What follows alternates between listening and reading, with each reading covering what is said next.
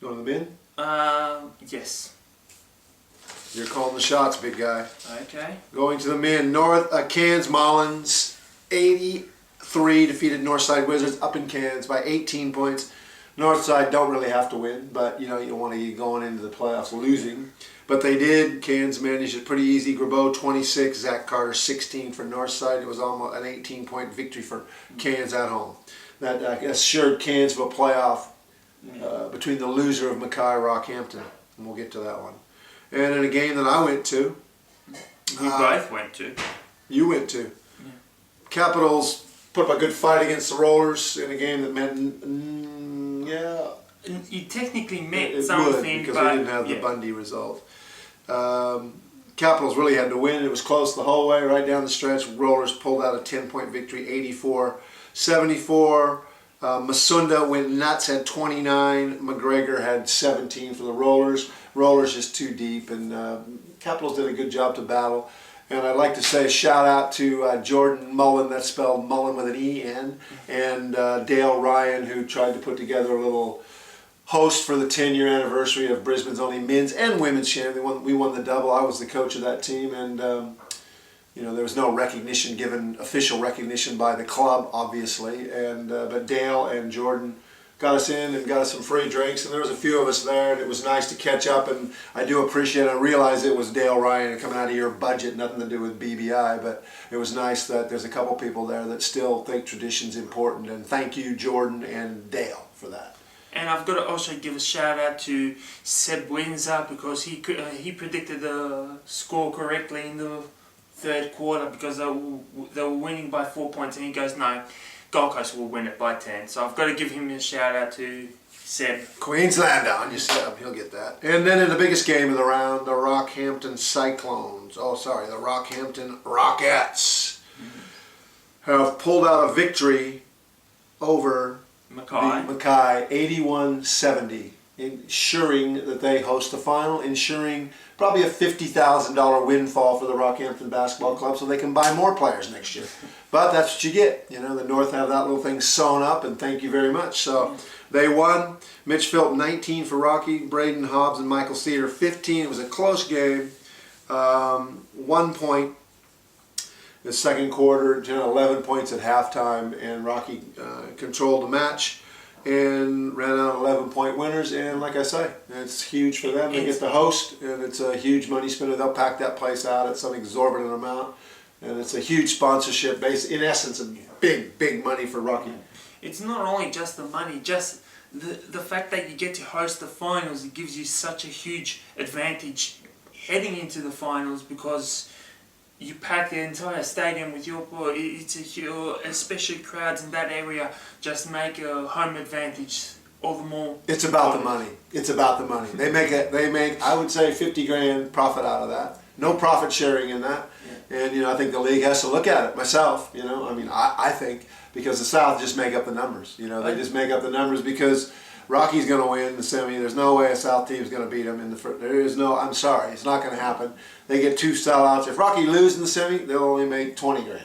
They win, and they're going to win, hosting the grand final, sold out, the bar go off. They sell seats out in the bar. That's how ridiculous it is, and it's fantastic support. But some stage, mate, it's I don't know. It's the South is propping up the North. It's been happening for a long time. I completely agree with you, because I remember once upon a time they used to have the finals in Brisbane, and when you have most of your teams in that huge market, I'm a fan. I want to be able to go say, listen, QBL, let's organise a final, one place at one time. Make it Brisbane this year, make it Rockhampton next year, Cairns the year after. Share the, make it interesting so people can actually watch it. Well, I don't know. I really don't have a problem with Rocky, because the atmosphere is unreal. But my issue is profit share. Profit share. You get that, half the profit go into the league, into the vaults of everyone else. Everyone gets a piece of it. So if you make 50 grand, Rocky get 25 and everyone else. Or you do what you say. Yeah. Come down to Brisbane. If there's no South teams, no one will come. I like the atmosphere, but my thing is profit share. There's money to be made, and Rocky just, whoever hosted, and it's always the North teams that host, because that's the way the whole thing's set up. And, until the South actually get together and say, hey, fine, host it, but profit share. so that some money goes back into the coffers besides the, you know, BQ can fly all their bigwigs up there for nothing, which you know comes out of that, and Rocky. They're the only two people that benefit from it. I don't have a problem with them hosting, but it's got to be fair. If not, then South and North should rotate every single year. Even though a Mackay Rocky final would draw 200 people in Brisbane, or the but still, a lot of people would want to come just to see the QBL final, like or GBL final at Brisbane A grade gets a full house, and they barely get 5 people per game. So if it is a final, everyone will want to come and see it, irrespective. They've done it before, and it doesn't happen that way, mate. But I mean, it's the South where there's Brisbane. There's things happening in the coast. There's not much happening in Rocky. And another game, Gold Coast or Gladstone, played Toowoomba in the women. In the men's. In the men, I mean. And I've lost my place, and I'm pretty darn sure that Gladstone won that game, didn't they? Oh, yeah, they did actually. Gladstone defeated Toowoomba 82-74. Hallelujah, way to go, Gladstone. Home win. Nice to see you guys worked hard. Zach Silverman, who I never got to see play, 25 points. James Legan, 19 for Toowoomba. He's a really good player, Zach Silverman. I saw him. He hasn't been able to get him up in the winning column, but I think they won 4 games this year. So I mean, that's great. He's a good player, but he's a guard. Why would you get a guard? But anyway, actually guard forward. But yeah, I know what you mean. He's not what they need, but yeah. Anyway, they won their last game. Good on them. Maroochydore, Southwest. Southwest had a canter. And my boy, Robert Lippman, Player of the Week honors, dropped 38 in his final game, which is a career high for him, I believe. And they smoked Maroochydore 91-61.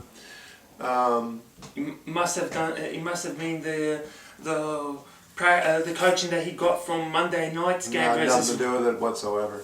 I think it was the fact that Maroochydore probably lost interest 91-61. It was over. I don't know who gets the wooden spoon in the men. I think it was between.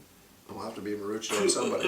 Gladstone, Maroochydore, Toowoomba. I think Maroochydore probably won I'm pretty sure they did. Won the wooden spoon with that game. And another game that meant nothing up north, Townsville Heat. 91, the unluckiest team in the league, finished 11-5, knocked off the Wiz 91-72 by 19.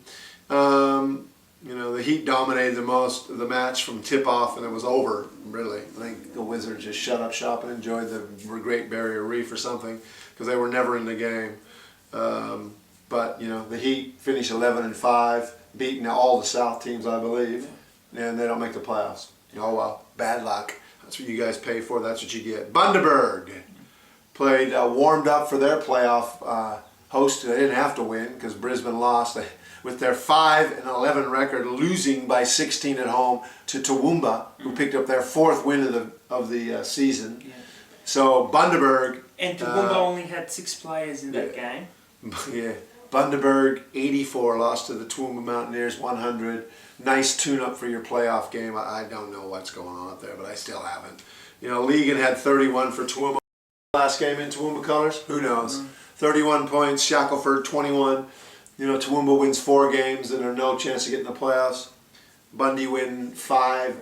Don't even have to win to make the playoffs. Interesting format. Yeah. And that's it for the wrap-up. We'll go into the